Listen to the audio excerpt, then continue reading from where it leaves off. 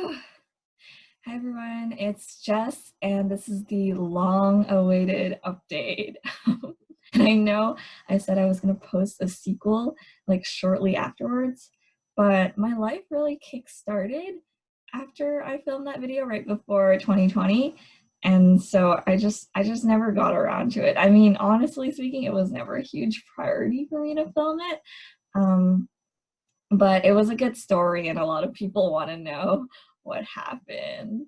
I obviously had a lot of time to process the situation, and so I feel like I can tell the story in a lighthearted way without it being too serious, which is good. It's been several months, and it ended, but that's kind of how things are.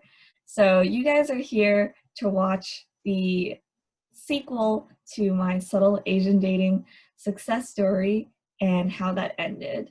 And full disclosure, this is a real story, but I won't be including like major identifying factors or names. And for those of you that know me a little closer, don't mention who the people are, obviously. Like, I'm not making this video to ruin their reputation. I'm telling a good story because it's honestly a pretty good story. Like, I feel like it could be a Netflix show, like, if I wanted it to be. Okay, where was I? So the last time I told the story, I was saying how I shot my shot at someone that was on a subtle Asian dating created website called Boba Meets Bagel, and then we started dating, and it was like pretty much a year-long relationship. How did it end? Honestly, it ended pretty badly. Like, I will just say right now, I was the other woman. Yeah, that's how it ended. Oh my god. Um, yeah. So I noticed that throughout the entire relationship, something didn't feel right. But because I'm a trusting person and I like giving people the benefit of the doubt, like if something feels wrong, I just confront it. And then I try to make sure that, we don't argue about the same things twice. That happened a lot of times. And I try to just like confront problems head on and like talk it out. And so for me, there was no real reason to not trust the guy I was dating at the time. It was sort of a long distance relationship because I was away at college for a lot of it. But, like I trusted him because I expected the same amount of trust like towards myself. Um, but basically, like throughout the entire relationship, there were red flags that I kind of ignored. Like for example, like if I commented or tagged him in something online, he would remove it or like delete the content entirely. And it only happened a few times because I don't spend a lot of my time like doing that kind of thing on social media. And so it didn't really occur to me that that was like a huge thing. And then for those of you that know me from Subtle Asian Dating, I used to post like occasionally on the page, and there was this one post that was a screenshot of our chat log. And it was basically just me telling him that I found him really attractive. And I posted that as like an uplifting post in SAD. And it got a lot of comments, and some people even like messaged me privately to say like, oh, like your guy is really lucky to have you, blah, blah, blah. And when he found out that I did that, like he was really distraught. And that was a little confusing. Um, so there were little moments like that, but never really something for me to be like, hey, like something is really wrong. But there was this lingering feeling in the background. And I kind of brushed it off because obviously there were more important things happening around me up front. Like it was my last 2 semesters of college, and therefore I was dealing with all of that. I had a lot of family and friend stuff going on. And so for him, like I just distanced myself from him, and he was like a support system, basically. Overall, a healthy relationship. But that's because I pushed communication so heavily. He had been going through a lot of rough times recovering from a surgery, and I was trying to help him through that. But you know how like there's only a certain extent that you can really support someone through that kind of feeling. Like he was very depressed from being like stuck at home and bedridden all the time. And so I was really happy for him when he put together like all his savings to build a gaming system because he wanted to start streaming for some extra money. And I was very supportive. If he had not started this streaming thing, like I wouldn't have found out as early as I did. So I think everything happens for a reason. I'm glad it happened. I could still be dating him right now without even realizing that I was the other woman the entire time. So basically what happened was the night he sent me the link, we weren't really talking that day. Like 10 minutes after he sent me the link, I decided to click on it to just like make an account and follow him and like support him, whatever. Like I didn't know he was streaming that night for the first time. But it turns out he was live at that point. And I was like, oh, okay, cool, like whatever. It was just him like playing games in his room. And I'm about to follow and then exit the window when I see a girl walking across his room to his bed and getting into the bed. And my first reaction was just like, wait a second. Oh my God, it's so funny thinking back because like at the moment I was like, what? Like, so I was in shock. I knew it wasn't his sister. Like I obviously knew what his sister looked like. I'd been to his house many times. So I was like, wait a second, like there's a girl getting in your bed. And he had no reaction too. Like he seemed really normal about it. He was just like still facing the camera and like playing his game and like didn't even notice almost. So I was just like, huh. She gets in his bed and like she's under the covers and she's just chilling. And then 2 seconds later, he shifts the camera over so that you can't see the girl in the background anymore. I'm like, something's not right here. Something's not right. So I'm like, what should I do? So I send a message in the little like live stream chat. I'm like, hey, like, why'd you move the camera? There's someone in your bed, right? Like, you have some explaining to do later. So, oh my God, typical video gamer behavior. This guy finishes the game first and then texts me back 20 minutes later to explain himself. And at that point, I'm like mad. I'm like, hello, doesn't this look horrible to you? Like, you should be rushing to explain to your girlfriend what's going on here. But I guess not. So he's telling me, oh yeah, like, don't freak out. That's a family friend. That's my sister's family friend. And she stays over pretty often because like we play the same sport, blah, blah, blah. And whenever she stays over, she sleeps in my bed and I sleep on the couch. And for some reason, like usually I would have believed him and I wanted to because like up until that point, there was nothing that like broke my trust. But I just felt like that was weird, you know, because like we told each other everything about how like what we were doing every day. And so it's like, why has this girl staying in your bed like often never come up? Like, you know? And not gonna lie, I was kind of grossed out. I was like, I don't want to be in your bed if it's gonna be like a community frat house bed. Like it's like an Airbnb. Like so I was pretty upset and he didn't seem to understand why I was upset. Although I think now, like looking back in retrospect, I had every right to be upset about something like that. So I just ended the conversation. I was like, go talk to your friends about why this would be upsetting to your girlfriend and then come back to me when you have a resolution. And then for the next 2 days, we didn't really talk. I was, you know, focusing on my hangouts with my friends. I was pretty mad at him still. I was like, you know what? Like, I'm tired of being the fixer of all the fights. If he wants to fix this and explain it somehow, like, he can do that. So it's like 2 days later. I don't even remember anymore. It's so long ago. 2 days later, he texts me in the morning saying that he still loves me, still cares about me, and wants to fix whatever angry feelings I'm feeling. I don't know how he was about to fix that. And he was like, yeah, I'm going to talk to my best friend about it. And like, I'm going to talk to him after work and like, we'll fix this. And like, I love you and I still want to fix this. And I was like, all right, whatever. The ball is in your court now. You do what you got to do. Nighttime comes. It's about like 1 a.m. at this point. Like I slept pretty late because it was winter break, even though I technically graduated. I didn't have a winter break. I was just sleeping late. And no messages from him. So I was like, all right, whatever, fuck this. I'm gonna go to sleep. I close my eyes for like 5 seconds, and then I get back up and I'm like, wait, something doesn't feel right. And like something inside me was telling me, if you found the first unsettling thing on his stream, you should go back to his stream. So something in my gut was telling me to just go back and check again. And sure enough, I go back to his streaming channel and he's live at that time. And it's all innocent. He's just talking to two of his friends who are in the chat, and they're just talking about New Year's plans. It's like right before New Year's. And like there's only two people watching the stream. Oh, and me. But he doesn't know that I'm watching the stream, obviously, because I didn't say anything. And for some reason, I'm just listening to them like talk. And then 15 minutes in, I was about to fall asleep at this point.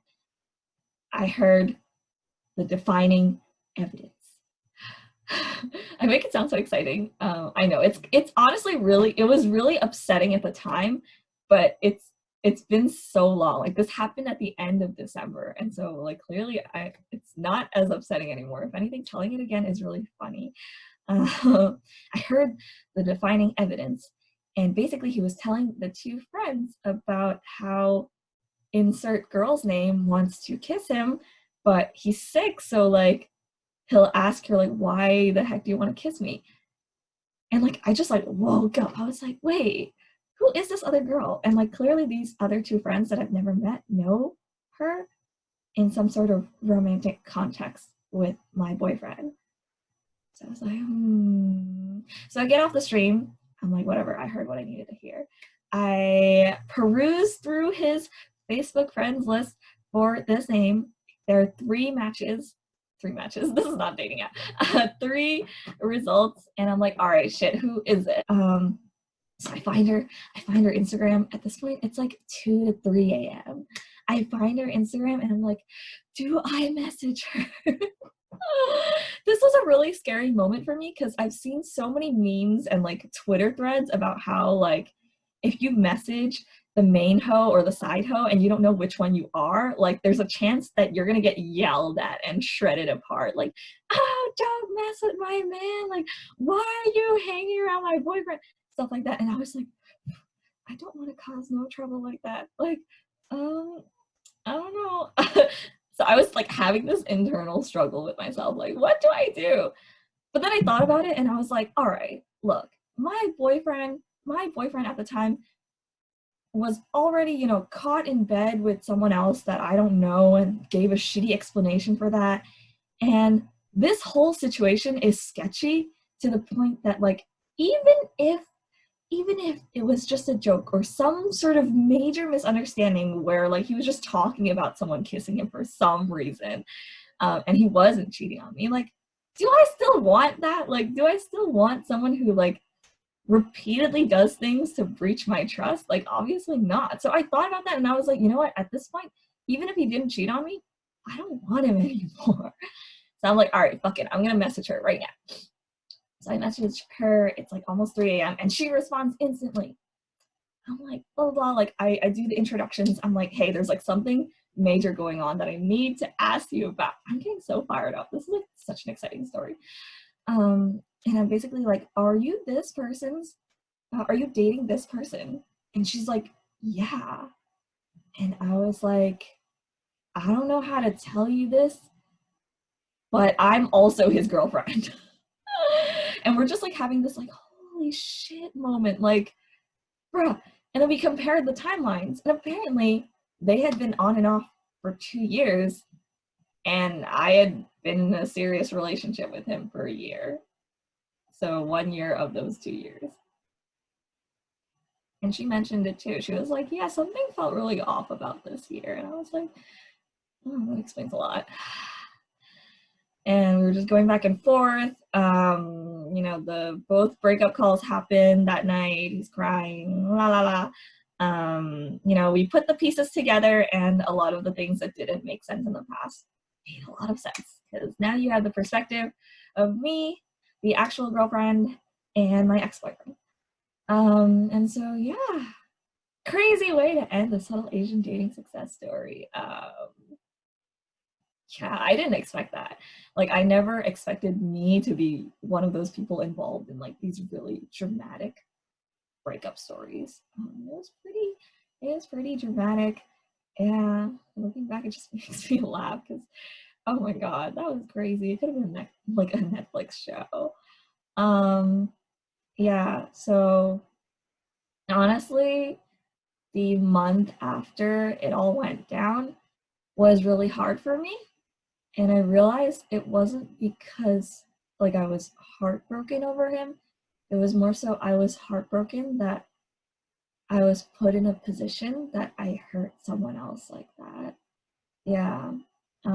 It really bothered me that I was the other woman because it was something that I would never wish upon someone else. Like, I think for my ex-boyfriend, this is something that he will probably never understand, but women look out for each other in a different way.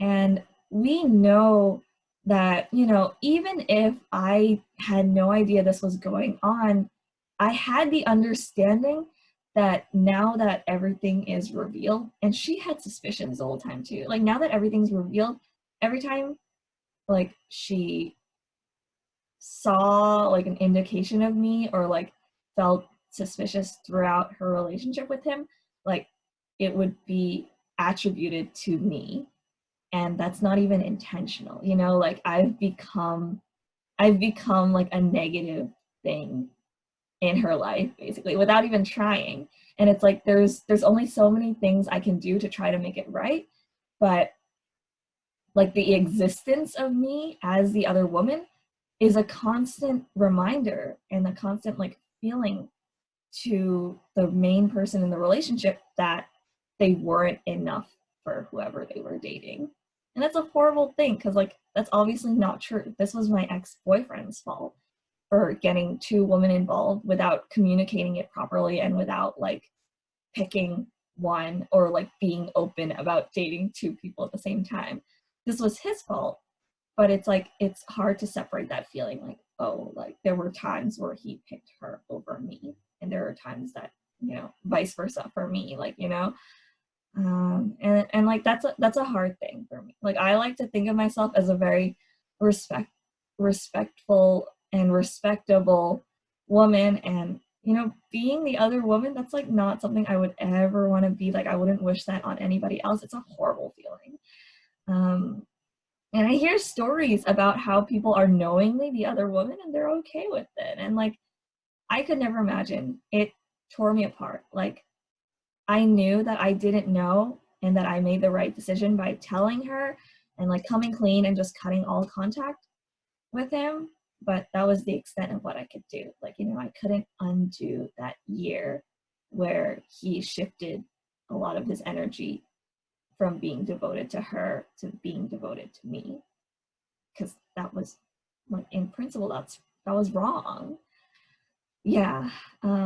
That was honestly the hardest part of getting over everything. I lost feelings for him pretty fast after all of that happened.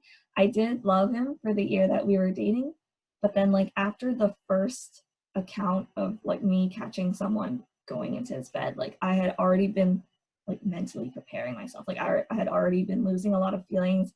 And so when the breakup hit, it was not really like a shock. It was just a confirmation of all the things that I felt like were going wrong.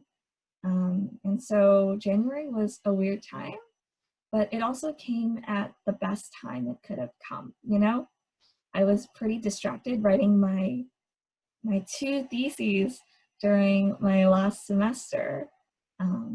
September through December, I was pretty busy with senior year stuff. And so now that I think about it, if I had found out earlier, it would have been a huge distraction. And the fact that, I found out after the semester ended and all my work was submitted and I had like 2 weeks of break to myself, it was the perfect time to find out and like break it off and start off the new year afresh. I dumped him end of December, right before the new year. I got to start off the new year really fresh.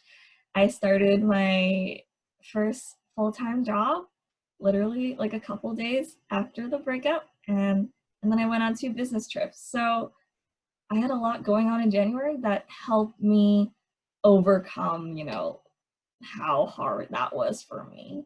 And now I can say that, you know, it's been several months and I am happier than I ever was before. And yeah.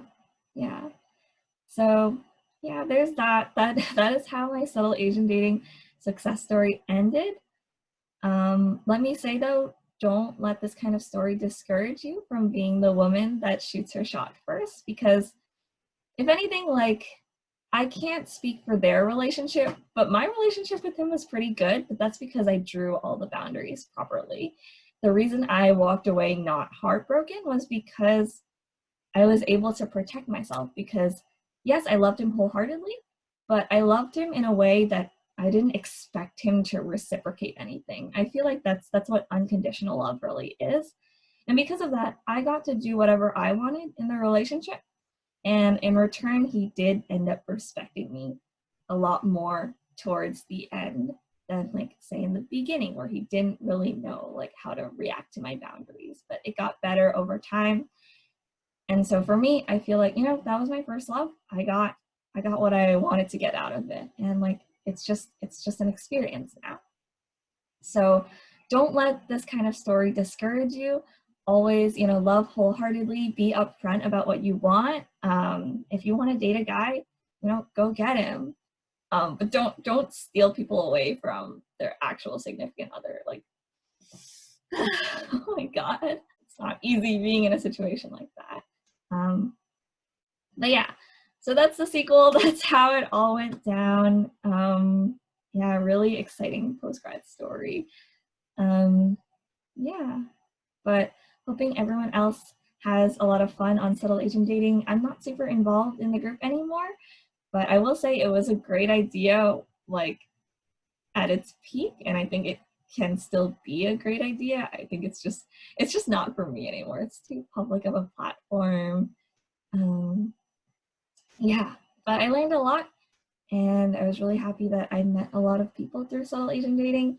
That was really exciting for me. I made a lot of good friends.